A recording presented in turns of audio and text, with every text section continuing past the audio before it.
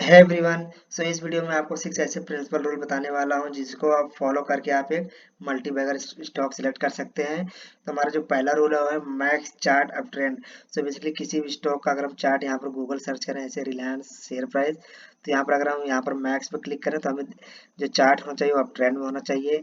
यहाँ पर मैं दूसरा एग्जाम्पल दिखा देता हूँ HDFC बैंक का।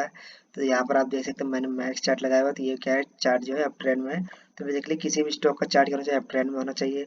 दूसरा जो है, दूसरा रूल हमारा ये है कि ROC और ROE दोनों क्या होना चाहिए, मोर देन 15% से ज़्यादा होना चाहिए। यहाँ पर हम देख सकते हैं 54 और 43 है। It's a very good number.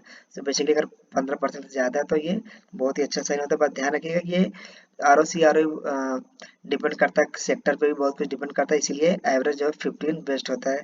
तो अब हम बात करते हैं तीसरा रूल जो है रेवेन्यू एंड प्रॉफिट। तो हम आप किसी कंपनी का रेवेन्यू और प्रॉफिट कंटिन्यूस ग्रोथ होना चाहिए।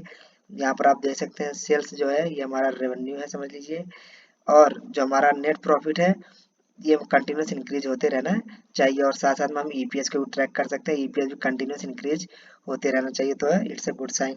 सो हमारा जो फोर्थ रूल है वो रिजर्व और बोरोइंग है। तो ध्यान रखिए किसी कंपनी के पास जितना ज़्यादा रिजर्व होता है दैट्स वेरी गुड साइन, और बोरोइंग जितना कम होगा, बोरोइंग में भी दो चीज़ें होती हैं, शॉर्ट टर्म बोरोइंग और long term borrowing.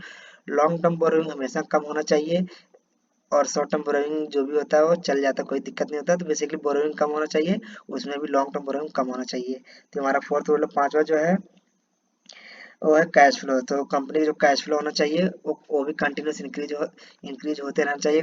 Cash flow में भी तीन चीजें हैं, बट उसमें जो सबसे मेन होता है cash cash flow from operating activity, ये कंटिन्यूस इंक्रीज होते रहना चाहिए। अगर ये कंटिन्यूस इंक्रीज हो रहा है तो दैट्स वेरी गुड साइन। और छठा है share holding pattern. Share holding pattern जो है मोर देन 15% होना 50% होना चाहिए, और अगर कोई शेयर प्लेस नहीं है तो that's a very very good sign. ये 6 रूल अगर आप फॉलो करते हैं किसी स्टॉक को सिलेक्ट करने में, तो आपको कोई दिक्कत नहीं होगी, आपको हमेशा मल्टीबैगर रिटर्न मिलेंगे। सो इस वीडियो में थैंक यू गाइस।